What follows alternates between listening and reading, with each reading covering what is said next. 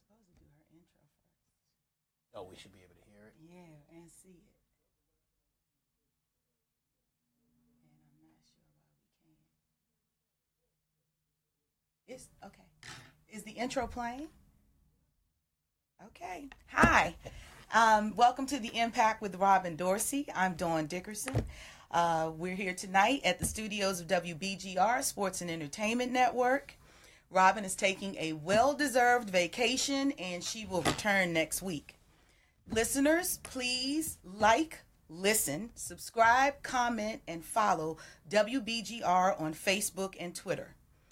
And while you're on social media, search for Robin Dorsey and our sponsors, D. Christopher Videography, Resurgence Beauty, and Crafted Web Design. Tonight, I am honored to have as my guest a man that some of you will know affectionately from his work with Rare Essence, Little Benny and the Masters, and more recently with the Walker Reds and his own successful solo endeavors. In addition to being the lead singer of the internationally renowned Stylistics, ladies and gentlemen, here's Dorian, a.k.a. Michael Muse. Thanks Welcome. for the Dorian pitch. I didn't know you were going to throw that in there. Hey, Dawn, how are you? Very well. And Great. I'm really, really happy to have you, have this opportunity to talk with you. And I have to tell you, this was like amazing timing that you came to my attention at this time. Robin told me maybe 2 or 3 months ago to prepare for this day. Wow. And I procrastinated, as most people do. And I was speaking with a girlfriend of mine, Tracy Peterson. And I was like, Tracy, I'm stuck. I cannot think of what I want to do for a show because, you know, I now have this platform and I really want to share something valuable and viable with the audience. And she suggested you. And so I was like, well, first of all, and she said Michael Muse. I'm like, who is Michael Muse? And then she says, Dorian Go-Go, Rare Essence. I was like, okay, and what's news about him? And she said, well, he just was selected as the lead singer for the Stylistics. And I was like, oh my God, how do you go from Go-Go to the Stylistics? Right. Like, that's amazing. And no sooner than I started doing research and she was sending me information, the next day you had done the post on the campaign to bring Christian home. Right. And I was like, oh my God, I have got to get him in here. And so I thank you because I reached out to you. You responded immediately. And so I'm really, really glad that you're here and that we have the opportunity to talk. So for those of you that may not be aware, Michael is the father of 3 children. Yes. And a set of fraternal twins. Yes. Milana, and his son Christian. Yes. And on July the 15th of 2012, Michael's son, Christian Muse, mysteriously disappeared.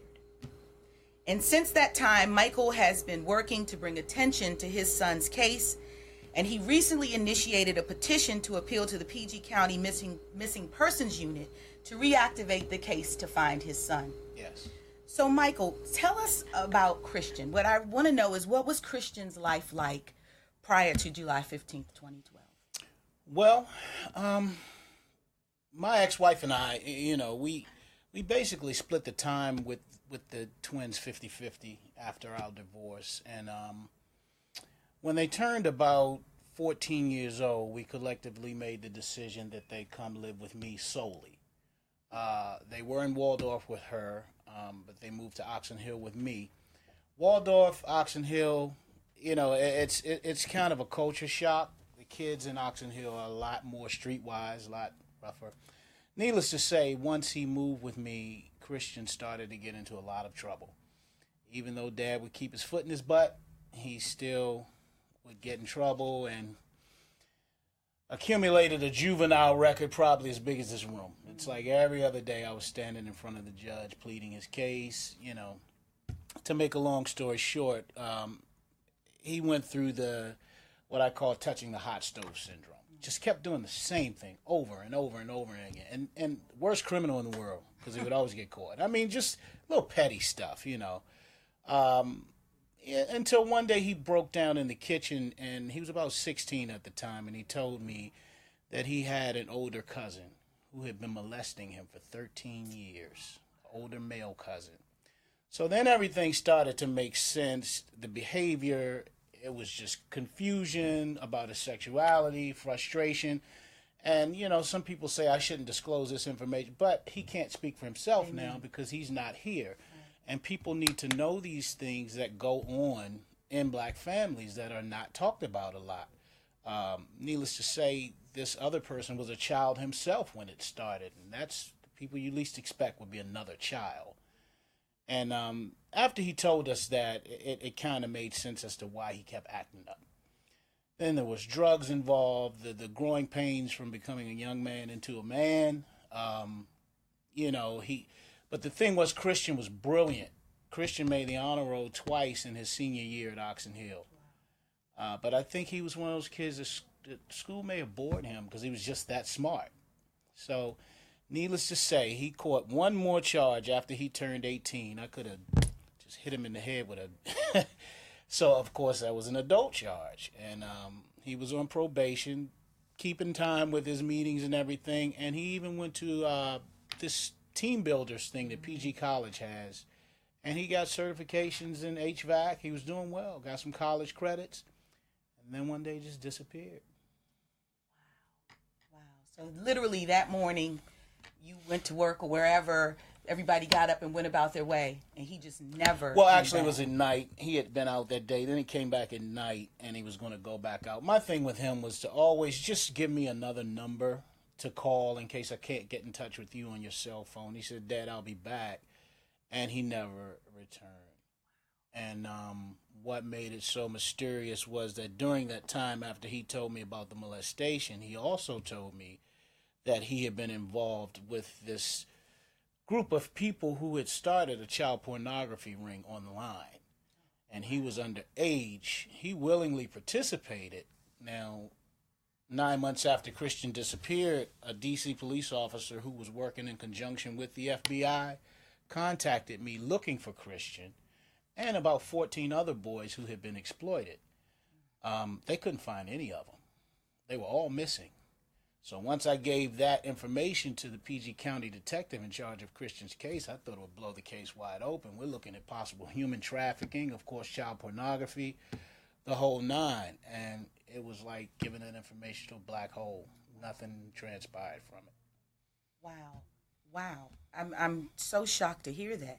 And so then the petition so what's been happening since then? So how often are you even having any dialogue with anyone, any federal agency or any organization that's looking for missing children? Or the Black and Missing Foundation, they've been a big help in trying to keep his case on the forefront. Also, a gentleman by the name of Henderson Long, who has a foundation for missing children. He's been spearheading this campaign to get Christian's case back on top of everything, because it's been almost 6 years now. Other than that, I've been on the news a couple times with it, but it seems like once all these girls started missing in D.C., then 5 years later they want to come back and talk to me, whereas when he first went missing, none of the local news stations would touch it. Took us 16 months just to get a 48-second spot on NBC after he had been gone 16 months already. And why do you think that is? Why do you think there was a reluctance for the media to take seriously a missing young black male? You just said it. You just said it. Missing young black male. And sadly to say, I have to be here to speak the truth. In America, we've been culturally conditioned to believe white is superior and black is inferior, and the manifestations of that cultural conditioning are that black people are underestimated, undervalued, and marginalized. That's just the way it is in this country, and it falls into all facets of life. Even we marginalize each other, and that's a shame. But that's why it wasn't too important to find. And once they got air that he had a criminal record, okay, he's just out acting up, or he's a troublemaker anyway. But the boy was an honor roll student, with some college credits. Wow. And did you do anything to maybe go to the Maryland legislature or any other governing authority to see if they could intervene? Well, actually, Senator Muse was helping me out. And is he related? I wanted to ask that. Is he everybody asked that. No, we're not related, but we know him. He knows my whole family. And he put together, I believe, a task force in the District Heights, Hyattsville areas at that time when Christian first went missing.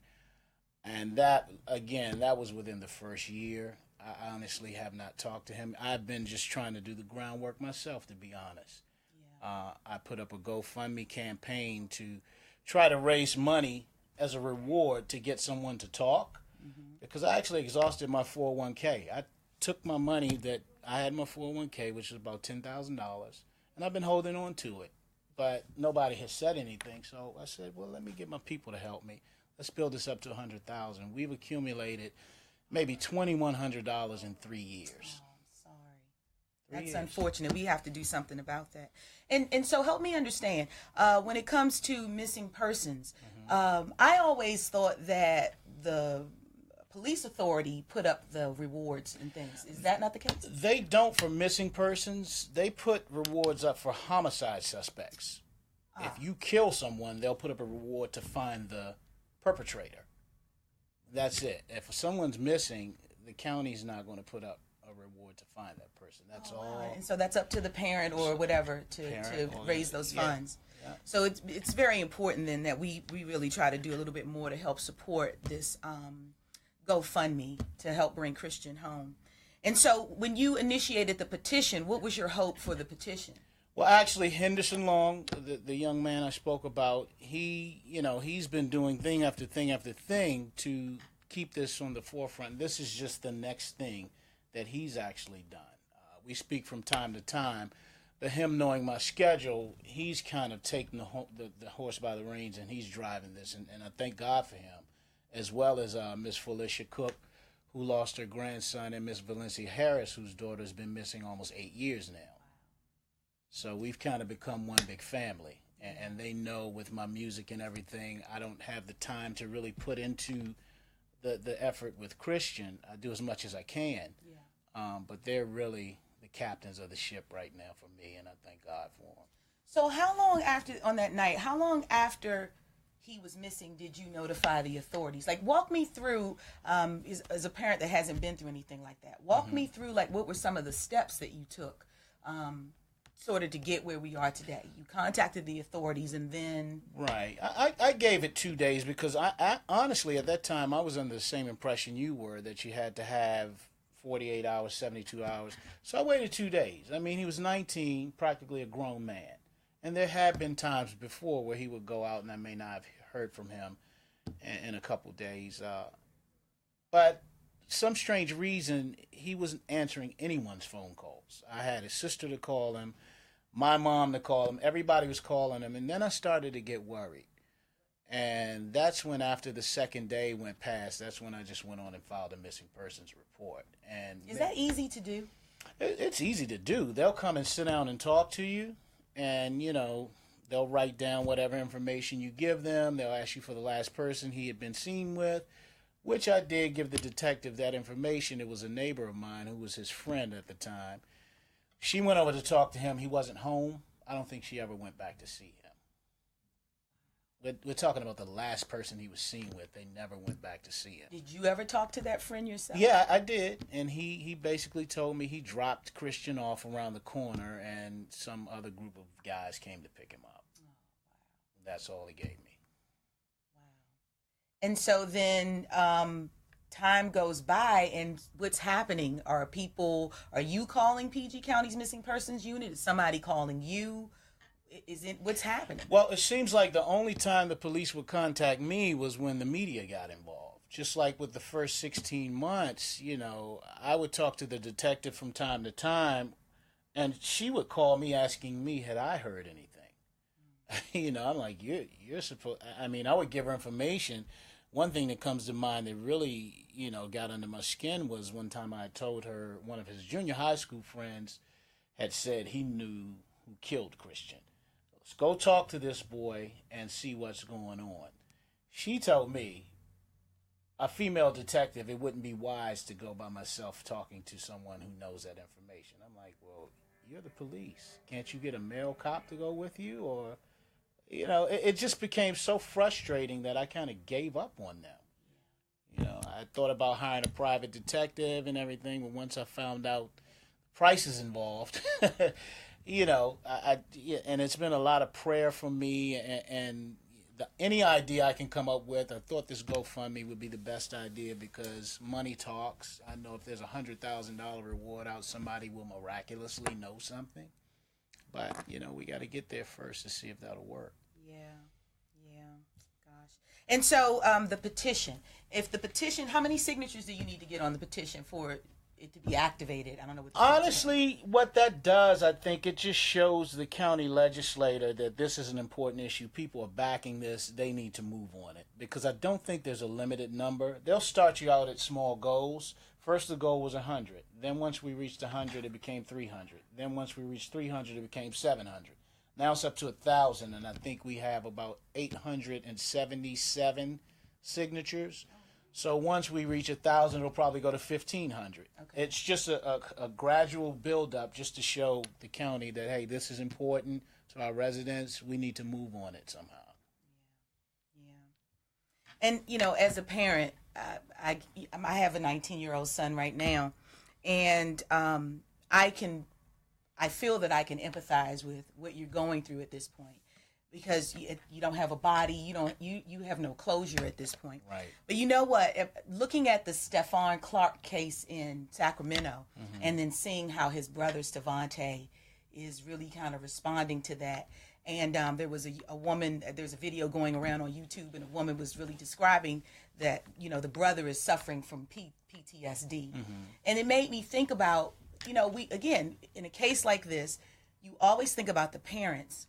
Nobody ever really thinks about the siblings and the grandparents. Yeah. If he had a girlfriend or best friend. Yeah. Like, maybe, what has life been like, you think, for your daughter, for his twin sister? I'll tell you, just starting with me, it's affected my health. I was diagnosed with heart disease about 3 years ago. Oh, I'm sorry to hear that. And I know it came from the worrying, the stress. I could eat a lot better. We're working on that now.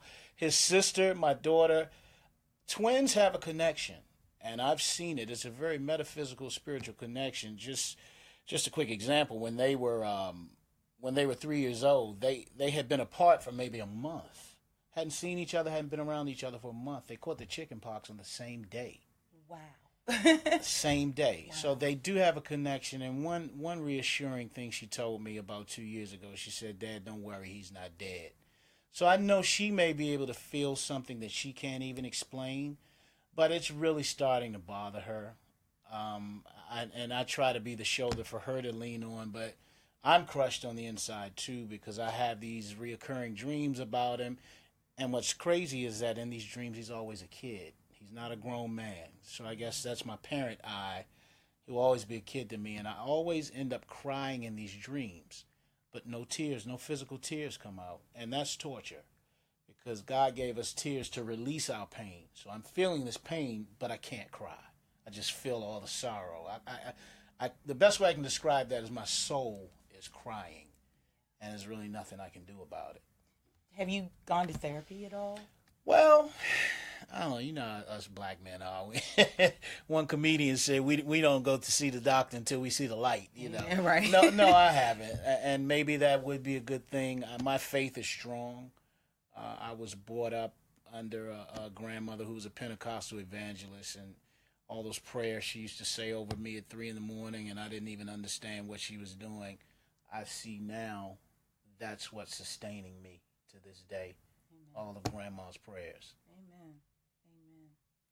And knowing what you know now, just, given what the information that you know now, the type of parent that you were, what advice would you give parents who may have a child who is a little bit troubled? Mm-hmm. What advice do you think you would? What would you have done differently, maybe? Well, it's really hard to say, Dawn. We entrusted them in the hands of their older cousins and their older cousins' parents. And I'm sure somebody in that household knew about what was going on with this young man and my son. Even to this day, the boy's parents, who I used to look at as my aunt and uncle, they haven't apologized. They basically said my son was lying on their son. You got to watch everybody. And we used to preach to our kids, if anybody touches you in the wrong way or whatever, but he looked up to his older cousin. So with his older cousin having that issue, and sadly to say, somebody probably did the same thing to him. It's a sick cycle. Hurt people, yeah. People hurt people. It's a sick cycle, and he probably entrusted him so much. First physical good feeling he ever felt, unfortunately, came from the wrong person. He groomed him, and then all of a sudden, my son's up in age, and he may even have initiated it a few times once he got old enough, So the best thing I can tell, just watch everybody, listen to your kid, and follow your instincts. Don't be afraid to ask questions to people who you love. You don't want to accuse anybody, but, who would have ever thought that his little kid cousin was doing that to him? Yeah. And I wanted to circle back to something in the search. Cell phones, it was clear he had a cell phone. Is it difficult to obtain cell phone records? What had happened, they tried to ping it. We even went on his Facebook page, but the cell phone thing, his phone died maybe about a week after he disappeared. Once it's dead. Oh, yeah, they can't trace anything. It was dead, and when you call a dead cell phone, it just rings. But what was strange about it, his grandmother had opened up a savings account for him that he had full access to, and the money was never touched. Hasn't been touched to this day.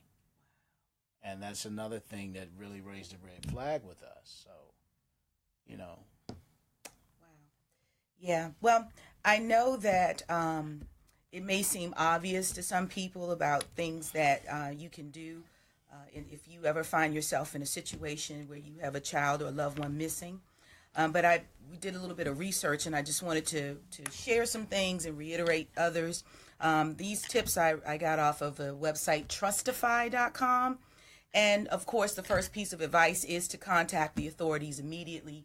I was operating under assumption that, especially with adults, that you would have to wait a 48-hour period before you can contact the authorities. But I find out that that's absolutely incorrect. Right. As soon as you feel that this is a peculiar behavior for your loved one, you can immediately contact the authorities and initiate a missing persons request. Another thing, obviously, is to then immediately start contacting family and friends. And a trick that I learned just with my own son, teenagers don't like to give you passwords and stuff, but on occasion, when I've had to take the cell phone away, I've allowed him to use mine. And when a child accesses their Google, Gmail, or their social media on your phone, if you get that phone back in time and don't shut off the logins, etc., then you will have access to their social media pages. And with Google, what's really nice is when you have that joint account, you also get access to their contacts. Okay. So for parents who really are not aware of all their kids' friends, this will be a good way of having contact information to their friends.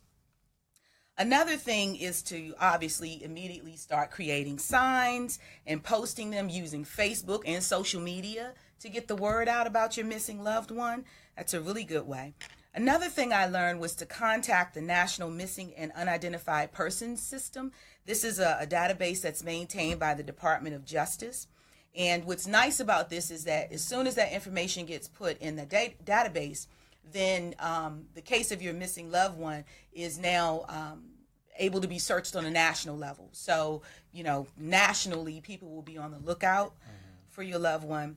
Obviously, the worst thing is, going to check the jails and the hospitals and calling. And I'm sure you went through that and did all of that to see if your loved one is there. Again, checking social media. Social media is just, it's a gift and a curse almost. Yeah. It could be a really good way of getting out information. But then, it also seems in this day and age to create a lot of drama among young people with back and forth bickering. And then obviously tracking their telephone, getting a tracker on their phones. And as you mentioned, once the cell phone dies, though, then it becomes a little bit more difficult to find the loved one. And then you mentioned this as well, but hiring a private investigator. And I thought that was an interesting tip because, as you mentioned, that's pretty expensive to do. And the Department of Justice actually even warns against that in some ways because of the expense and the fact that even though a private investigator is able to do a lot of the legwork that you can't do, they still have to come to the police in order to get access to maybe video footage of, you know, stores or departments, stores or businesses that the loved one may have gone to. And if they get any leads, it's really the police prefer that the detective share that information with the police before following up on any leads of that nature. So even though you're spending all that money to maybe get some legwork done, it's still a little tough to for the private investigator just to just really full scale launch an independent investigation. That sounds about right though in terms of maybe what steps parents could take. Yeah, you pretty much covered everything. Yeah. Okay, well, this is the Impact with Robin Dorsey. Oh, I'm sorry. The Impact with Robin Dorsey reached out to the PG County Missing Persons Unit to invite a representative to come and speak about this case and to provide some additional advice on matters involving missing persons, and they were unavailable to attend, which, sounds par for the course, I guess. Right. And so anyway, this is the Impact with Robin Dorsey on the WBGR Sports and Entertainment Network. We're going to take a little bit of a break, and then we're going to come back and we're going to talk about the good stuff that's happening in Michael Muse's life right now. And he has a lot of good stuff going on. Yes. So hold tight and we'll be right back. We have a big problem and we need your help. It's happening on college campuses, at bars, at parties, even in high schools. It's happening to our sisters and our daughters, our wives and our friends. It's called sexual assault, and it has to stop. We have to stop it. So listen up. If she doesn't consent, or if she can't consent, it's rape, it's assault. It's a crime. It's wrong. If I saw it happening, I was taught you have to do something about it. If I saw it happening, I speak up. If I saw it happening, I'd never blame her. I'd help her. Because I don't want to be a part of the problem. I want to be a part of the solution. We need all of you to be part of the solution. This is about respect. It's about responsibility. It's up to all of us to put an end to sexual assault. And that starts with you. Because one is too many. Welcome back to the Impact with Robin Dorsey on WBGR Sports and Entertainment Network. As I mentioned, we're speaking with Michael Muse, the lead singer of the Stylistics, but for most of us old heads like myself, we knew him from a point in time when he was singing with Rare Essence and other local go-go groups. Absolutely. And so, Michael, I have to understand, how did this kid at 16 years old get to be the lead singer of Rare Essence? Wow. Well, to make a long story short... You don't have to. You got time. Actually, up until the age of 16, I was very, very shy. I would only sing in the house around my mom, sing to little girls on the phone when I was a kid, but never did it. Even in church, I was scared to just get up and sing in front of people.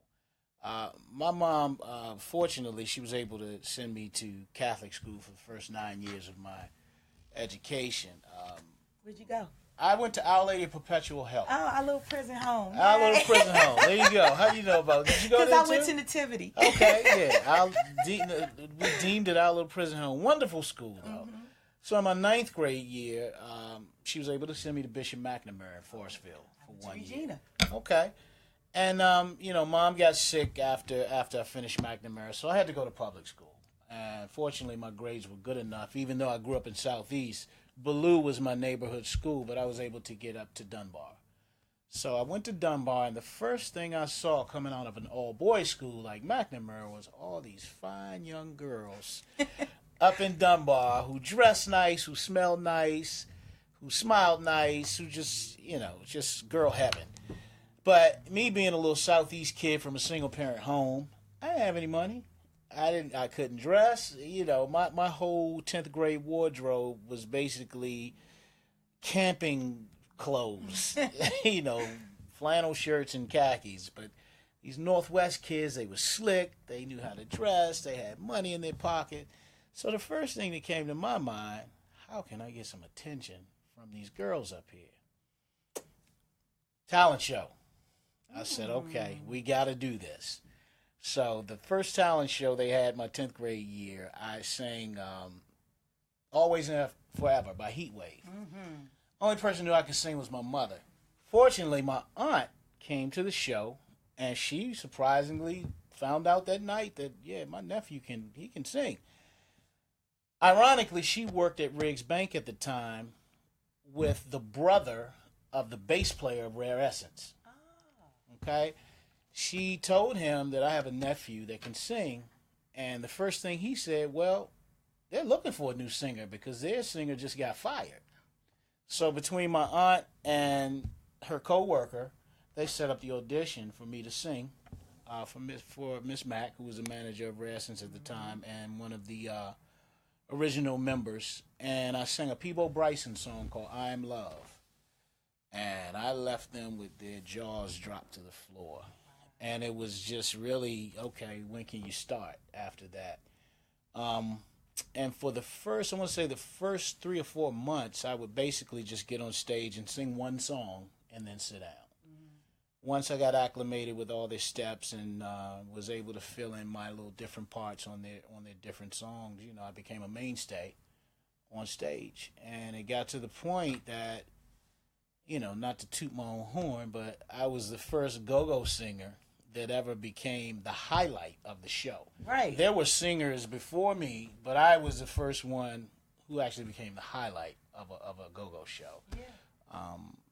You know, and that's how it started. And what was that like, though, at 16 years of age? I mean, you know, that's young. And at that point in time, things are so different now, but that was really young. And you weren't even really old enough to go to the go-go at that point, were you? Well, for the non-alcoholic places, right. We were playing in places that served alcohol. Right. And I was still underage. Right. And may even have partake in... Okay, we don't talk about it. But that's on them for serving minors. But anyway, it was like you got this little shy kid. You know, I wasn't a rough and tumble type of guy. I mean, you know, I would fight if I had to. But I wasn't one of these knuckleheads that like to start trouble. You went the shy guy to, I'm not going to say arrogant, but very cocky in what I could do and my confidence as far as the females. You know, that's where my cockiness was. It wasn't so much, and I think I'm better than the next guy. It's just that I know what I can do, and I kind of held my head high with that. But it became like a movie.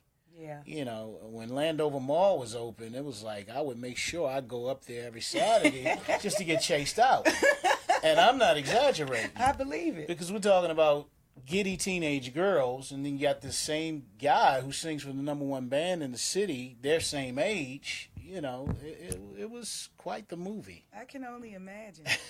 And so you've actually been with a lot of other go-go bands as well. Give me the resume on that, because it was a lot. Well, Rare Essence was the first 3 years. I was with them from 82 to 85, and I quit. And then Lil Benny started his band. Right. So in 1986, because he was in Rare Essence with me for the first 3 years, he had a hit record called Who Comes the Boogie, which actually went on #1 on the Billboard charts in London. And when he started his band, I just switched over, played with him for a year. But then, you know, I got caught up in all the negative aspects of street life around 1986, and it got to the point where I knew I had to leave. So leave the group, or leave the group, leave city? DC, because I was going to Howard at the time. I was a Howard University student. Spent all my student loan money partying and wastefulness, and you know, 2 years up there, and I knew I had to go because of the lifestyle that I was living. So I joined the Navy for the next 4 years. Oh, wow. Went away, and my bad habits followed me to the Navy. And when I got out in 1990, I picked right back up on my bad habits. And until 1996, I say, when I finally grew up and allowed God to change my life at 30. and I haven't looked back then. I know my kids being born had a lot to do with it. We all mature at different times. It just happens that mine was 30, that magic number. And by that time, I had 3 kids because my junior, Michael Jr., he'll be 30 this year. Wow. Yeah, he'll be 30. Great kid. Graduated from Clark, Atlanta. Oh, nice. Works for USA Today. Makes a lot more money than I do. That's the goal, though, right? Yeah. That's what we want to have happen. What was the culture like in the 80s? You talked about that a little bit, but what can you take us back? Because what I think is important, and what I seem to find missing, and I know we have Take Me Out to the Go-Go magazine, who does a great job of documenting go-go history. But since I have you here, I want to get some of your thoughts and feelings on out there in the ethos as well. What was the culture like in the 80s and 90s that you remember?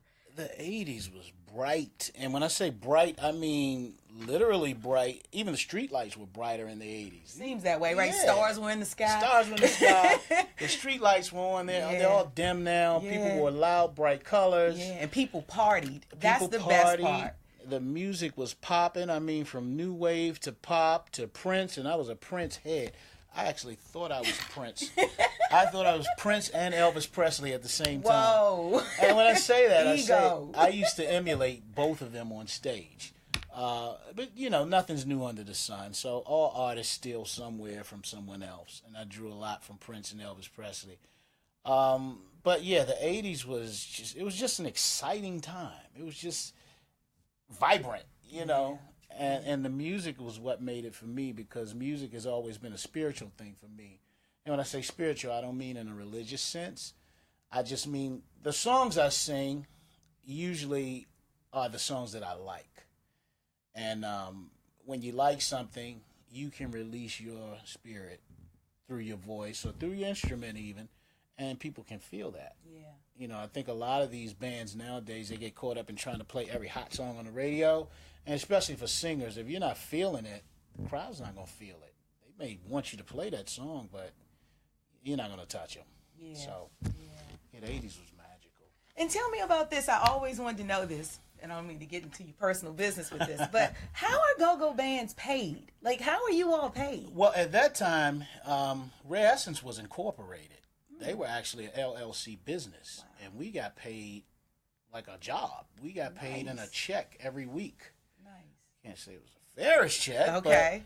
But, taxes were taken out, Social Security, the whole 9. But whatever the booking fee was, you all split it equally, or did somebody get a little bit more than somebody else? Okay. Yeah. Yeah. Just put it this way. If I would have known then what I know now, I would be rich. Mm-hmm. Just put... The management of that band put up $1 million bid for a building in 1981. Wow. And they won the auction. Wow. I don't know what happened with it was in the paper, it was in the Post. I don't know what transpired after that. They didn't get the building, but nonetheless, they had the highest bid. $1 million in 1981 was a lot of money. That's a lot of money. And I made about $75 a week. Oh, wow. Yeah. That is amazing. Yeah. That is amazing. And, something else I think about, too, is, I grew up 7th Street, Lincoln, Westmoreland. Oh. Right. And I remember as a kid, when Marion Barry was mayor, he first started hosting block parties for us. Mm-hmm. And your entertainment at the block parties were the go-go bands. Mm-hmm. Did you ever have any, experiences or encounters with Marion Barry at all through, your work in go-go? Yeah.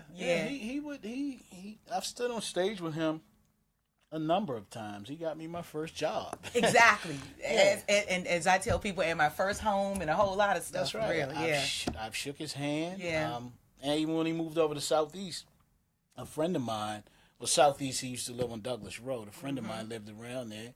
And we would see him when he come out, talk to him, the whole 9. Great guy. Yeah, I think he's very instrumental in go-go history. Yeah. And that's something I don't think always gets talked about as much. Right. The impact that he had with just the rise of go-go music, right. Honestly. He was very, very instrumental in that. And so recently, I saw on Facebook, there was a Japanese group that was covering a go-go song. Mm-hmm. And then there's a band of white kids in Virginia, West Virginia, that cover go-go in their set. And, you know, I always felt like go-go really has never been able to get the respect it deserves. But am I wrong? Is that a wrong or fair statement to make, really? Well, listeners give it respect. I don't think the industry gives it respect because the people who were in charge or who are in charge, there's no unity. It's not organized. You know, and it's too much competition between the bands. You know, a lot of people say DC is a town full of haters. And there's some truth to that, sadly, to some degree. You know, a lot of bands get on top and, you know, for whatever reason, they don't want anybody else to share that spotlight. And I mean, there's plenty of room at the top for everybody.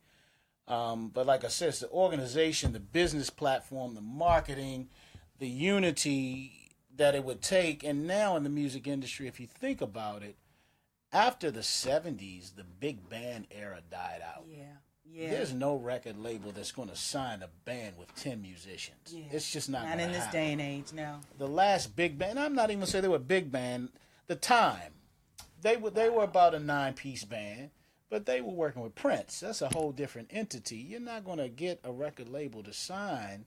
You don't even have singing groups anymore. No, you're right. You're right. So you're right. If you're looking to get signed by a label as a go-go band, it's just not going to happen. You have to market it another way, you know, and even with my last CD as a solo artist, I incorporated some of the go-go sound in a few of my singles. And, you know, I'm being a solo artist, if I were trying to get signed, it would be a lot easier than to have me the lead singer as a band. Yeah. And so, do you still go to the go-go at all?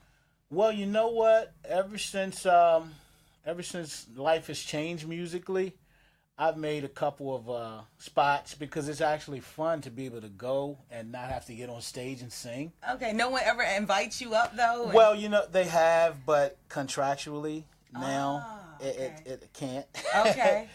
You know, and I hope no one takes that the wrong way, but you can't just be popping up in different places doing what you do and still try to keep your brand here. Yeah. Just for instance, when I was playing with Familiar Faces, we had a show at Zanzibar, and Fantasia was there. Oh. And they had asked her to come on stage and sing something, but her manager was like, no, you can't do it, you know. So I do understand. You know, I can still do my own shows. If I want to put on a big show as Michael Muse at Bethesda or the Howard, I can do that. Yeah. But just to pop up and do, no. Okay, and so how do you go from go-go to the Stylistics? How did that happen? I tell you, what I brought to go-go was something different. I never tried to fit in with go-go. What I did, I brought another element to it. So, you know, a lot of people label me as the crooner. You know, for the main part, for the most part, I was known for singing slow love song ballads, whether it be Lady in My Life by Michael Jackson or Lady I Love You by O'Brien. I covered some Peabo Bryson. I mean, real singers. I think I even covered a Boy George one time, wow. Mistake Number 3. Wow. And Johnny Gill's Half Crazy. I mean, these were serious love songs, you know. You don't get slow love songs too much anymore at the Go-Go's. People don't even slow dance in clubs anymore. Although I went to the VFW last week and they had a little slow drag segment and I nearly lost my mind. It's like, oh my God, when's the last time I ever slow dragged? Right. Like at a dance at St. John's High School in the 80s. So It was incredible. I hope people start bringing DJs out there. Yeah. Please bring that back. The old school crowd would really like that. That's right. That's right. So yeah, that's what I brought. I brought a softer element, because I've always been like a high first tenor, second tenor. So a lot of the pretty DeBarge songs and stuff like that I would sing. And go-go was always like a hard music. So I brought some subtleness, some softness to it. And I think that's what really attracted the female element with those songs. Because again, when I sing songs that I like, it touches people. So. And you're actually trained, though. When that time you spent at Howard, you were actually given some formal training. Yeah, Dr. Leroy Dorsey was my voice teacher. that wasn't my major. I was a TV productions major. I was down in the Valley. But I had to do something musical because I knew it would be an easy A. And so he was Sean Allen, lead singer for Pure Soul. She's actually local too. She was one of my classmates up there. We were his two favorite students. And he basically just trained the techniques of breathing and exercising your voice, not really so much to teach you how to sing, but how to sustain your voice, how to get the most out of what you already have. And, you know, unbeknownst to me until he told me, he actually taught Roberta Flack and Donny Hathaway when they were there at Howard, and ended up introducing me to Roberta, and we spent time at the piano singing together. Wow. And, you know, she told me she would help me if I came to New York. I was like, okay, I'm ready to come. Do I get to live with you? She said, nah. Okay. I'm not moving to New York in the 80s with nowhere to stay, you know. Yeah. I actually auditioned for Star Search in the 80s, too. Did you? Auditioned for Star Did Search. it make national television? Or? No, not the audition. Yeah. They never called me back. Oh. And you know what? It was funny because the guy that wrote the song for me, his name was Terry Stubbs. He actually has a platinum record called Money, Money, Money by the OJs. Professional writer. He wrote that song, so I was like, I know I'm in. I got a professional writer. And that's a little Philadelphia sound tie-in, right? Yeah. So I sang that, and he wrote a slow, grinding love song for me called All Night. And I went up there and sang it. And the kids that were standing out when I came out, man, we know you're going to make it. There's no need for us even going in there. Unfortunately, they never called me back. But what I learned was in the conservative 80s, you don't sing a song like that to Star Search. They want to hear Climb Every Mountain, Lift Every Voice, and sing Somewhere Over the Rainbow. Exactly. That's why they never called me back. Oh, well. Lesson learned. They're lost, right. They're lost. And tell me now, like, I haven't been to a go-go in so long. What do you think? Are younger people going to go-go's, or has go-go gone the way of the old heads, really? It really has. The bounce beat, which some may argue is or isn't go-go, that revived it for teenagers for a while, but I think that's kind of dying out. You know, crowd, forgive me if I'm mistaken. I don't get out much, but I just don't hear as much about bounce beat as I used to. And again, you have some people who argue whether that's even go-go. I don't get into that argument. But for the most part, the bands that draw the crowd do draw a 30, 35 and over crowd. Okay. They call it grown and sexy. Right. And, you know, the top band, and I'll give props to Donnell Floyd, Team Familiar. They were familiar faces when I was with them. They've been holding that spot down for maybe about 15 years now, which is a hell of an accomplishment. Yeah, for sure. And you know, I don't think I let you finish your story though. How did we now get over to the Stylistics? Oh, okay. Well, after I went solo, what had happened? My last go-go group was a group called Proper Utensils. We had a hit in the early '90s called Go-Go Rump Shaker. James Funk, who was the head of that group, who's also from Rare Essence. We worked on that Proper Utensils project for off and on since 1992. And it got to the point with me where I just didn't see any more future in that for me. It was like I woke up at 49 and I felt stupid because in the traditional setting with go-go, the singer will sing 2 songs and he'll shake a tambourine for the rest of the night. As a grown man, I felt kind of dumb. Honestly, I did. Wow. And the bass player we had at the time, Keith Busey, he was actually the Stylistics music director for about 6 years. Okay. He's also local. He's from a go-go group called Pump Blenders from back in the day. Oh, my goodness, right. Yeah. And he would always say, Mike, man, you need to get out on your own. So finally, that voice went off in my head, and I took a step out in faith, and I already had some tracks that I had from years back, put them all together on one CD, and this was after I'd started doing my local shows with Keith as my bass player. And, you know, we did a few big shows, one being the Howard Theater, where we did a 70s tribute show. And I like to sing a lot of Stylistics, Delphonics type music. Real music, people.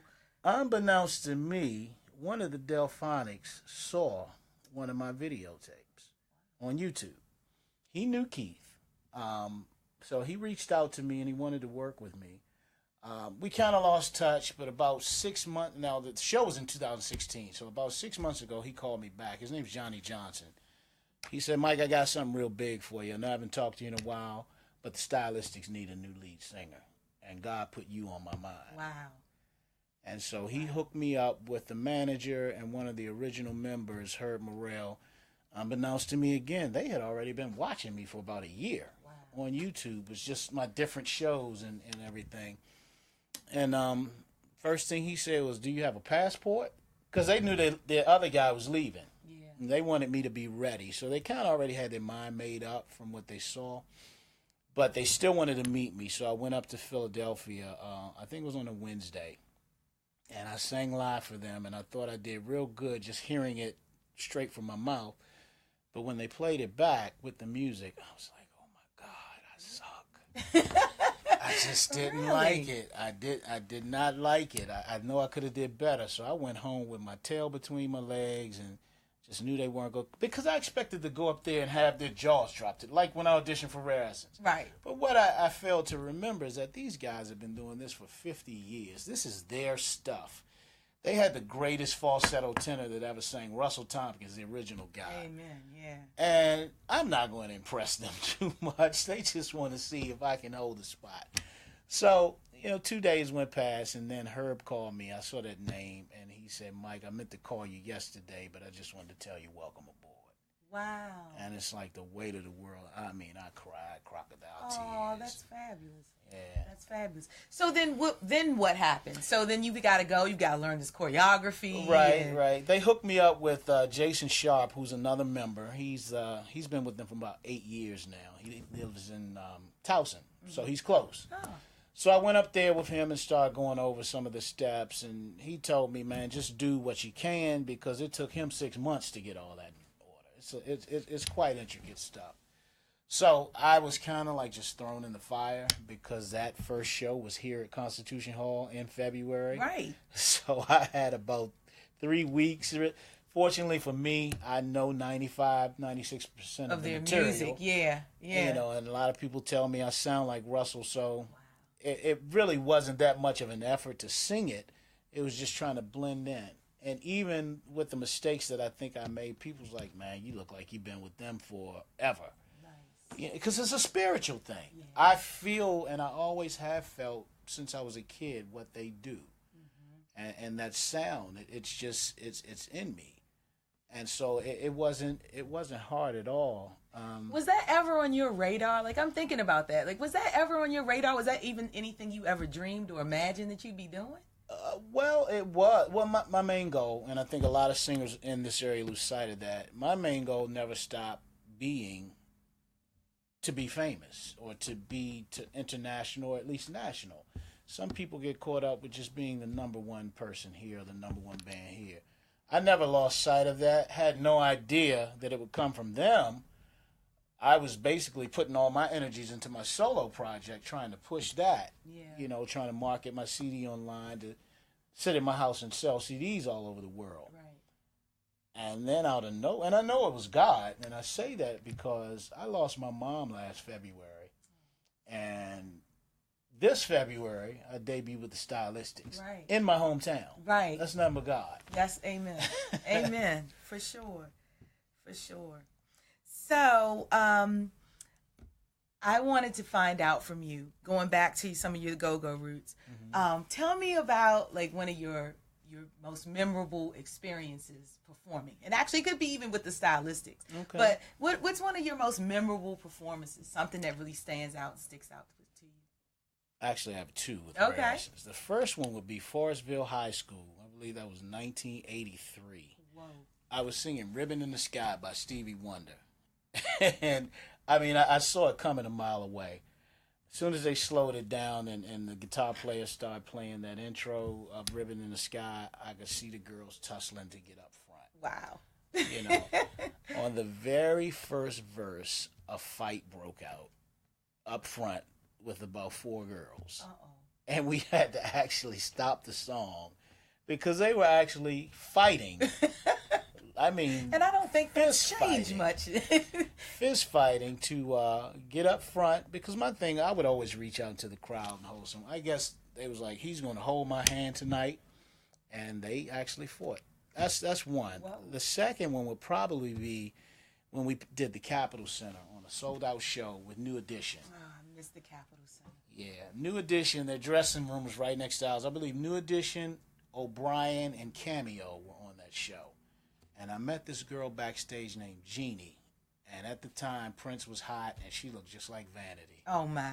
And, I'm already thinking of Prince, right? Oh, my. And I met her, and we became friends. I mean, that night was magical. And I got to talk to Larry Blackman from Cameo. I met Sugar Ray Leonard backstage.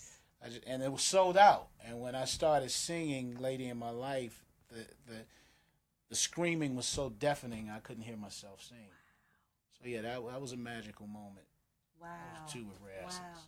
So now, who are you listening to right now? Who do you respect in the music? In the industry? Yeah. I would, new school or old school? Because I always... Both, either or. Well, in the new school, I say Bruno Mars.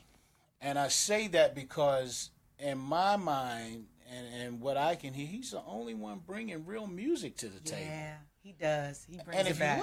If you listen, it's really 70s funk. Yes, absolutely. It's like Lakeside or something. Absolutely. You know? Nobody else is doing that. It's watered down, popped down. There's a lot of talented artists out there. You know, it's sad that the industry has kind of taken the color out of it. You know, I want everybody to succeed, but you know, if Tank would have made Stay instead of Sam Smith and sounded just like him, it wouldn't have been a hit. Not like Sam Smith. Interesting. Yeah. Interesting. That's an interesting. And Tank can sing his tail off. He can. He's a very good singer. How do you feel about that conversation recently about Bruno and being, cultural appropriator? Well, you're talking about the young lady that was speaking? I think yeah. she was putting the blame on the wrong entity. It's not his fault. He's just taking advantage of his opportunity, which I would expect anybody to do. It's the industry's fault. Why they're trying to phase people of color out of the limelight. And like I said, at the top, there's room for everybody. Absolutely. I don't know why, but everybody can see that's what's going on. Yeah. You can't get your radio. I've heard some radio stations have switched back to what you call a power 90s format. They're playing 90s music because there's no good music coming out. It's really anymore. yeah. Yeah, I mean, and I'm a hip hop head and I love hip hop, but yeah, the musicality, the instrumentation, because I'm wondering, even just on the go-go level, are they grooming any new talent at this point? Like, is there anything original, any new artists coming out of that industry? So Bruno Mars was your new person, your new school person. Who old school are you still listening to, other than the Stylistics? Oh, I got a rack of them. Peabo Bryson will always be my man. I always say if Superman could sing, he would sound just like Peabo Bryson. Whoa. His voice is so pure and operatic, if that's a word. Yep. I think Peabo Bryson's downfall was this man named Luther Vandross. Oh, yeah. Kind of overshadowed But see, a lot of folks don't know, Luther used to sing background for Peabo and Roberta Flack. Yeah. He was their background singer. And then when he did his thing, everybody stopped listening to Peabo. That's one. And my Bobby DeBarge and Switch. Oh, yeah. Oh, man. I Call Your Name, Girl, and El DeBarge, Phyllis Hyman. Oh, yes. I even do some of her songs in my set. Oh, that's nice. And that's what a person, I'm waiting for a biopic on her or something. Yeah. Because, it's long overdue that, for us to acknowledge the work of Phyllis Hyman. Yeah, absolutely. Well, we're almost nearing our time to end. So, Michael, why don't you remind everybody of your social media and how they can help you in the campaign to bring Christian home? Okay. Yeah, I'm on Instagram. My Instagram name is Macho Time X. Or you can just, however you find people. I'm new to Instagram. I understand. Facebook, you just type in Michael Muse, of course. Now, the GoFundMe campaign, we started about 3 years ago just to raise enough money. The goal was $100,000. And I always thought with my Jesus-loving folks that would be an easy task, and I love Jesus too. But so far, we've only accumulated $2,100. What the money is to be used for is to be as a reward to get someone to come forth with some information. And I figure $100,000 will make somebody talk. It's just unfortunate that, I was listening to the news today. What's the young man that got shot in Sacramento? Stephon Clark, yeah. There was some nurse at a hospital that said he deserved to get shot. Wow. And she got fired. Good. And in 2 days, she's already raised $17,000 for herself on a GoFundMe. So that just shows you people that hate, they hate with a lot more passion than people that love with passion. Yeah. So, again, 2 days, $17,000 for her cause, which is evil. 3 years, $2,100. Yeah, folks, we have to do a little bit better about that. We need to bring Christian home. Yeah, so if you get to it, you just go to GoFundMe.com and type in his name in the search, Christian Muse. All right. 5 years missing. That's the name of the campaign. All right. I am Dawn Dickerson. This is The Impact with Robin Dorsey on WBGR Sports and Entertainment Network. Please make sure that you listen, like, subscribe, comment, and follow on all social media platforms. Thank you for listening tonight. Goodbye. Hey.